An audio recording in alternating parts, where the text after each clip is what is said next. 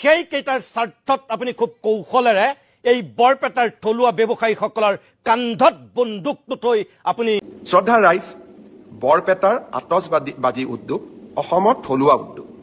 দীপাৱলীৰ দিনটোলৈকে বৰপেটাৰ আতচবাজিৰ কাৰিকৰসকলে অপেক্ষা কৰে।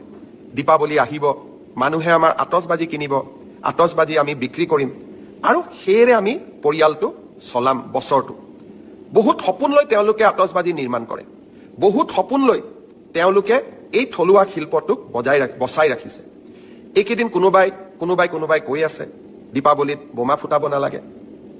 বৰপেটাৰ আতচবাজি শিল্পীসকলে কেনেকৈ ঘৰখন গোটেই বছৰটো চলাব? তেওঁলোকৰ কাৰণে চিন্তা কৰাৰ দায়িত্ব আমাৰ নাই জানো? অসমত ফাটুৱা জাৰি কৰাৰ যিটো এক প্ৰৱণতা এছাম সংগঠনে গঢ়ি তুলিছে, তেনেকে ৰাজ্যখন চলিব নোৱাৰে। মই আকৌ এবাৰ মনত কৰিম, জুবিন গাৰ্গৰ গোটেই জীৱনটোৱে আছিলে দুখীয়াজনৰ কাৰণে। মই ভাবোঁ জুবিন জীয়াই থাকিলে প্ৰথমতে জুবিনে সংগঠনসকলক ক'লেহেঁতেন যে বৰপেটাৰ আতচবাজিৰ শিল্পটোক আমি মৰিবলৈ নিদিওঁ।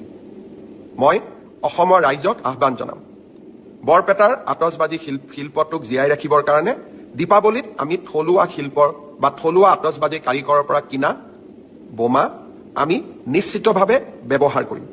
আনন্দত নহয়, শিল্পটোক জীয়াই ৰখাৰ কাৰণে আৰু জুবিনৰ আদৰ্শক জীয়াই ৰখাৰ বাবে। এই বেয়া নাপাব যে আপুনি সঁচাকৈ থলুৱা সেই বৰপেটাৰ উদ্যোগীসকলৰ কাৰণে কৈছে, নে আপুনি ফাঁচী বজাৰৰ সেই বেপাৰী আৰু বনিয়াসকলৰ স্বাৰ্থত খুব কৌশলেৰে এই কথাটো আপুনি উত্থাপন কৰিছে?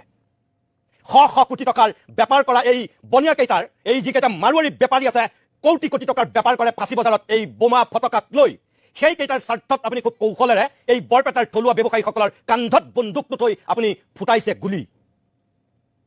আমাৰ সন্দেহ হৈছে আপুনি এই ফাঁচী বজাৰৰ বনিয়াকেইটাৰ স্বাৰ্থত আপুনি কৌশলেৰে এই বৰপেটাৰ থলুৱা ব্যৱসায়ীসকলৰ কান্ধত বন্দুকটো থৈছে।